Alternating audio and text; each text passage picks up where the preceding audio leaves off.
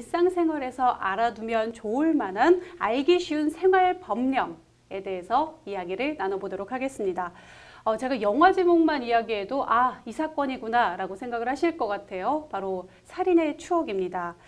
최근에 우리나라 3대 미제 사건 중에 하나였던 화성 연쇄 살인 사건의 용의자가 밝혀졌고 또 최근에 계속 조사 중에 있습니다.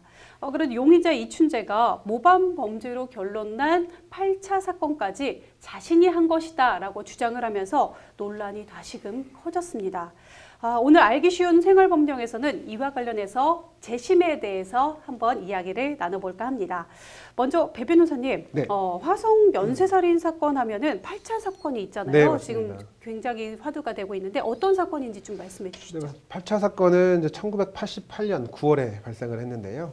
한 가정집에서 13살 어린 A양이 목에 졸려서 숨진 채로 발견되었습니다. 이 사건은 그 다른 연쇄 살인과 달리 그 피해자의 옷가지로 그 피해자를 결박하거나 아니면 재갈을 물리지 않았었고요. 그 야외가 아닌 또 집 안에서 시신이 발견되었다는 점에서 모범범죄가 아니냐라는 의심이 많이 됐었습니다. 그래서 1989년에 범인 윤모 씨가 검거가 되면서 모방범죄로 결론이 난 사건인데요. 당시 경찰은 현장에서 발견된 채모에 방사성 동위원소 감별법 분석을 시도해서 하였다고 합니다. 가해자 채모에 그 카드뮴이라는 그 중금속이 다량 함유가 되어 있었고 그 혈액형이 B형이라는 점을 결과를 토대로 중금속을 다루던 그 농기계 수리공이었던 윤모 씨를 체포한 건데요.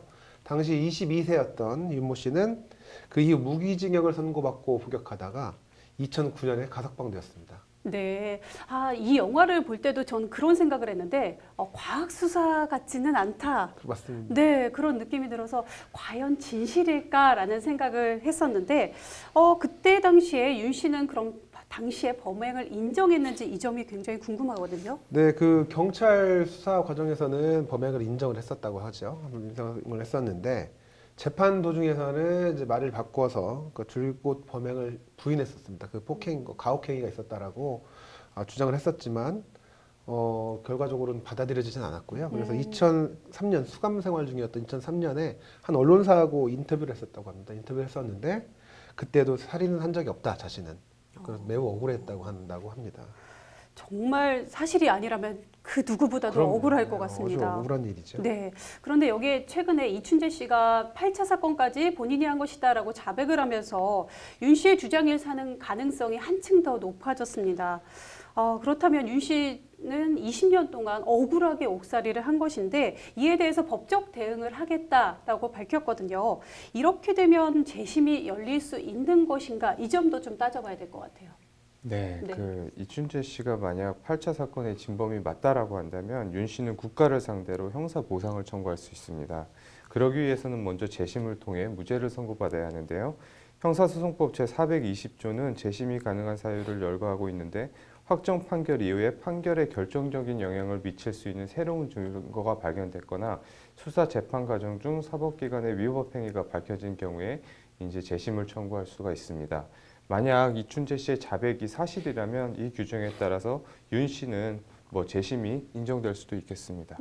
재심이 될 수도 있다라고 말씀을 하셨는데 그런데 이춘재의 자백이 또 100% 맞다, 신뢰하기는 좀 어려울 것 같습니다. 그렇다면 만약에 자백이 거짓이라면 이 점은 또 어떻게 해야 될까 궁금하거든요. 배 변호사님. 네, 맞습니다. 지금 그 이춘재의 자백이 거의 유일한 증거로 지금 보여지고 있는데 그 시간도 오래됐지 않습니까? 1988년이면 거의 좀 30년이 지나가지고 인간의 기억이라는 거는 한계도 있을 수 있는데 증거가 남아 있을까 싶기도 그렇습니다. 그 증거가 네. 있을지 모르겠는데 사실 그 이춘재의 자백은 어떻게 보면 영웅심리에 대해서 잘못된 주장을 할 수 있는 가능성도 높거든요. 그래서 일단 재심이 되려면 그 유죄를 선고받은 자에 대해서 무죄를 증명할 수 있는 명백한 새로운 증거가 발견이 되어야 될 때가 있어야 되는데 그때 이 명백한 증거라는 것은 단순히 그 정당성이 의심되는 수준을 넘어서 그 판결을 그대로 유지할 수 없을 정도로 고도의 개연성이 인정되는 경우를 말하고 있습니다. 그래서 이춘재 자백이 여기에 해당하는지 여부는 조금 더 판단을 더 해봐야 될 것 같고요.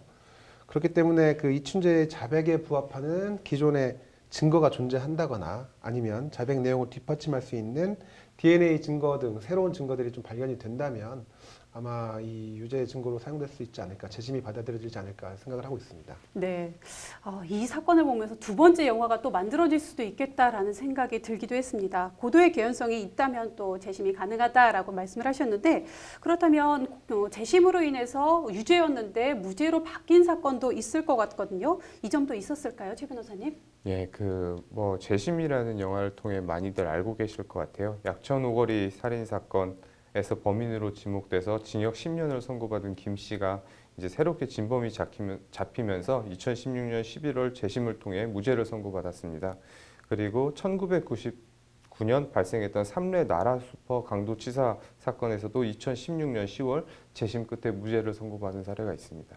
네, 이 두 사건도 봐도 그렇지만 당시에 너무나도 강압적인 수사를 해서 자기는 진실이 아니었지만 그렇게 말을 했다, 언급을 했다라고 이야기를 했었거든요. 그런데 하지도 않은 범죄, 그것들 중에서도 살인입니다. 살인이라는 누명을 쓰고 이렇게 오랜 시간 교도소에서 수감이 되어 있었다면 본인의 고통은 뭐 말할 것도 없겠고 또 가족이나 친지들까지도 굉장히 힘든 시간들을 보냈을 것 같습니다. 사실 이런 고통은요, 그 어떤 보상을 한다고 해도 치유가 되기는 쉽지 않을 것 같습니다. 그렇지만 또 어느 정도는 보상을 해줘야 되지 않을까 싶은데 만약에 재심에서 무죄 판결을 받는다. 그렇다면 국가에서 어느 정도 금전적으로 배상을 해줄 수 있을까요, 없을까요? 예, 일단 재심 사유가 인정되면 법원은 이제 재심을 개시해야 합니다. 재심이 확정되면 법원은 다시 1심부터 아까 살인의 추억 그 사건으로 돌아가서 윤 씨의 경우에 이제 유무죄를 따지게 될 텐데요. 만약 윤 씨가 재심에서 무죄를 확정받을 경우 국가에 대해 형사 보상을 청구할 수가 있습니다. 국가를 상대로 억울한 옥살이에 대한 보상을 결국 요구하는 건데요. 이 경우 무죄가 이제 확정된 사실 한 날로부터 3년, 확정된 때부터 5년 이내에 청구를 한다면 이제 보상을 받을 수가 있습니다. 네, 옥살이한 것도 참 억울한데 또 정부를 상대로 배상을 요구해야 된다고 하니까 참 어려운 것 같습니다. 그렇다면 구금된 기간에 따라서 이 배상 금액도 좀 차이가 있을 수 있지 않을까? 오래 살았으면 그만큼 더 억울한 거잖아요. 어떻게 봐야 될까요? 네, 맞습니다. 그래서 형사보상법에 따르면은 구금 일수당 보상을 할 수 있도록 되어 있거든요. 그래서 해당 연도에 최저임금법이 정한 임금이 있잖아요. 그 임금에다가 최대로 5배까지 그 이율에 의한 비율을 보상금을 지급할 수 있는데, 이런 보상금을 지급할 때는 단순한 구금 기간 뭐 이런 것만 따져보는 건 아니고, 그다음에 구금의 종류하고 그 기간의 장단, 그리고 구금 기간 중에 입었던 뭐 재산상 손실, 또 정신적 고통, 그다음에 또 국가기관에 고의 또는 과실이 개입되어 있는 여부에 따라 가지고 또 달라질 수 있고요. 그밖에 여러 사정들을 고려해서 보상 금액이 산정이 되는데, 이 세 번째 국가기관의 고의과실 유무에 관련돼서는 국가배상법에 따른 또 국가배상도 청구할 수 있거든요. 그러니까 공무원이 사인에게 위법 또는 고의 또는 과실로 위법행위를 해갖고 손해를 발생시킨 때에는 국가배상을 청구할 수 있는데, 만약에 이런 사건에서 윤 씨도 뭐 국가기관으로부터의 폭행이라든지 가혹행위가 있었다고 한다면 그걸 입증을 해서 아마 국가배상도 청구할 수 있지 않을까, 그렇게 생각이 됩니다. 입증을 하려면 뭔가 사진이 촬영되던가 뭐 이런 게 있어야 될 것 같은데 참 쉽지만은 않겠다라는 생각이 듭니다. 그렇다면 이번엔 최 변호사님께 여쭤볼게요. 조금 전에 그 두 가지의 미제 사건에 대해서 이야기를 해주셨거든요. 재심을 통해서 무죄를 선고받은 경우에는 국가로부터 배상금을 받았을까요? 예, 삼례 사건에서 이제 재심에서 무죄를 선고받은 뒤에 형사보상금 총 11억 4,600만 원을 지급을 한 사례가 있고요. 또 약천 오거리 살인 사건으로 범인으로 지목돼서 10년간 복역했던 이제 최 씨에게는 8억 4천만 원을 지급하라고 이제 법원이 명령을 했는데, 아직 이 소송은 결론이 나지 않은 상황이라고 합니다. 네, 굉장히 어려운 내용이었던 것 같습니다. 그 어떤 배상으로도 이 억울한 옥살이를 보상받지는 못하지 않을까 그런 생각이 드는데요. 화성 연쇄살인범 8차 사건의 용의자로 오랜 시간을 복역해온 윤 씨. 돈보다는 명예를 찾고 싶다라는 말을 남긴 것으로 알고 있습니다.